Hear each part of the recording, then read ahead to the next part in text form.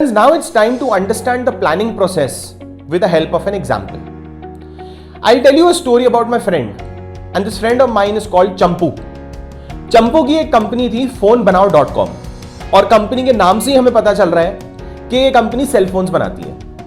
2020 तक Champu was able to sell 2 lakh cell phones every year और चंपू ने एक गोल सेट किया कि by 2025 I will sell 10 lakh phones every year. मतलब जर्नी उसे बनानी है 2 लाख सेल फोन से 10 लाख सेल फोन की। अब इस जर्नी को बनाते हुए उसने ये ऑब्जेक्टिव तो डिफाइन कर लिया कि मुझे सेल्स मैक्सिमाइजेशन करना है, मुझे 2 लाख कस्टमर से 10 लाख कस्टमर पे जाना है। अब जब ऑब्जेक्टिव डिफाइन हो गया, उसने नेक्स्ट क्या किया? उसने किया रिसर्च। उसने रिसर्च किया कि आज से 5 साल बाद, 6 साल बाद सेलफोन का डिमांड और सप्लाई क्या होने वाला है, एंड्रॉइड फोन की यूजेज कितनी होने वाली है, गवर्नमेंट की पॉलिसीज क्या है, कोई लीगल कॉम्प्लिकेशंस तो नहीं है।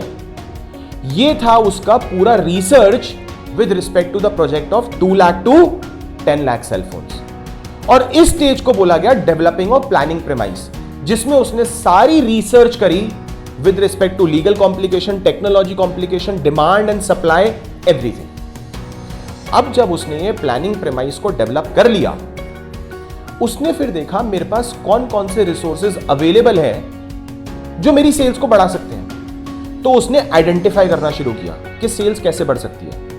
अगर मैं रोड्स पे होर्डिंग लगाऊंगा तो क्या सेल बढ़ेगी, मैं Amazon, फ्लिपकार्ट, पेटीएम के साथ टाई अप करूंगा तो क्या सेल्स बढ़ेगी, अगर मैं इसको क्रेडिट कार्ड के साथ कंबाइन करके कैशबैक दे दूं तो क्या मेरे सेलफोन की रिक्वायरमेंट बढ़ेगी, अगर मैं इस पे 0% EMI दे दूं और लोगों को बोलूं 3 साल में मेरे को पैसे दो विद 0% इंटरेस्ट तो क्या मेरे फोन की सेल्स बढ़ेगी, अगर मैं कोई सेलिब्रिटी ले आऊं, समवन लाइक विराट कोहली, अमिताभ बच्चन, शाहरुख खान, आमिर खान, और उनको बोलूं मेरा फोन एंडोर्स करने के लिए, तो क्या उससे तो सेल्स नहीं बढ़ेगी। So what he did, he started listing down all the possible alternatives. जब उसने लिस्ट डाउन कर लिए, उसने आइडेंटिफाई कर लिए, तो उसने देखा कि ऑल्टरनेटिव 1 का एडवांटेज क्या है, डिसएडवांटेज क्या है, ऑल्टरनेटिव 2 का प्रो क्या है, कॉन क्या है। He actually evaluated all the possible alternatives he had. He evaluated all the possible alternatives कि कौन कौन सी चीजों में कितना पैसा बचेगा, कितना टाइम बचेगा और क्या क्या उसकी सेल्स पे कितना परसेंटेज इफेक्ट करेगा। Once he evaluated this, then he finally came down to a conclusion where he selected one of the best resource. जब उसने इतनी सारी कैलकुलेशन कर ली तो उसको जो बेस्ट पॉसिबल रिसोर्स लगा वो ये लगा कि विराट कोहली से एडवर्टाइजमेंट करा देता हूं, मेरी सेल्स में 200 या 300% का जंप आ जाएगा। क्योंकि विराट कोहली का मतलब है जब इंडिया मैच जीतेगी तो भी न्यूज़पेपर में वो आएगा, जब इंडिया मैच हारेगी तो भी न्यूज़पेपर में वो आएगा, मैच से एक दिन पहले वो भी न्यूज़पेपर में आएगा, मैच के एक दिन बाद वो न्यूज़पेपर में आएगा, जब वो मैच खेलेगा तो टीवी में भी ऑटोमेटिकली एडवर्टाइजमेंट हो जाएगी।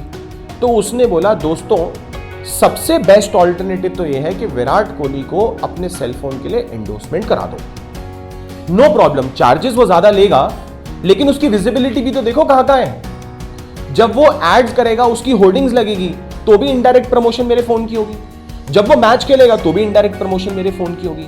तो Champu played very smart, he selected the best possible alternate and he said why not ask Virat Kohli to endorse my product. Once he selected the alternate, then finally he implemented it. He created a contract. He did some negotiations. The sports management company who was dealing with Virat Kohli, he cracked the deal and finally he implemented the plan. That was the 6th stage. अब plan implementation के बाद उसने day by day अपनी sales का follow up लेना शुरू कर दिया कि 20 अगस्त 2019 को क्या सेल थी और 20 अगस्त 2020 को क्या सेल है। क्योंकि 2019 में विराट कोहली उसके साथ नहीं था, 2020 में उसके साथ था। 2020 के बाद 2021 में सेल्स क्या थी। तो he started taking a lot of follow up, which was the 7th stage of planning process, which is called follow up action. So friends, this is how a company works. That was a planning process for you, and I think with this example each one of us has understood कि planning process के 7 stages क्या होते हैं। Stage 1 is setting up the objective, stage 2 is developing the planning premise, stage 3 is identifying the alternative course of action, stage 4 is to evaluate the alternative course of action. जब identification और evaluation हो जाएगा, finally क्या होगा? Selecting the best alternative. After selecting the best alternative, implement the plan. Once you've implemented the plan, then take a follow-up action. So that was planning process for you. This was the entire detailed explanation only and only at ABC. Thank you so much.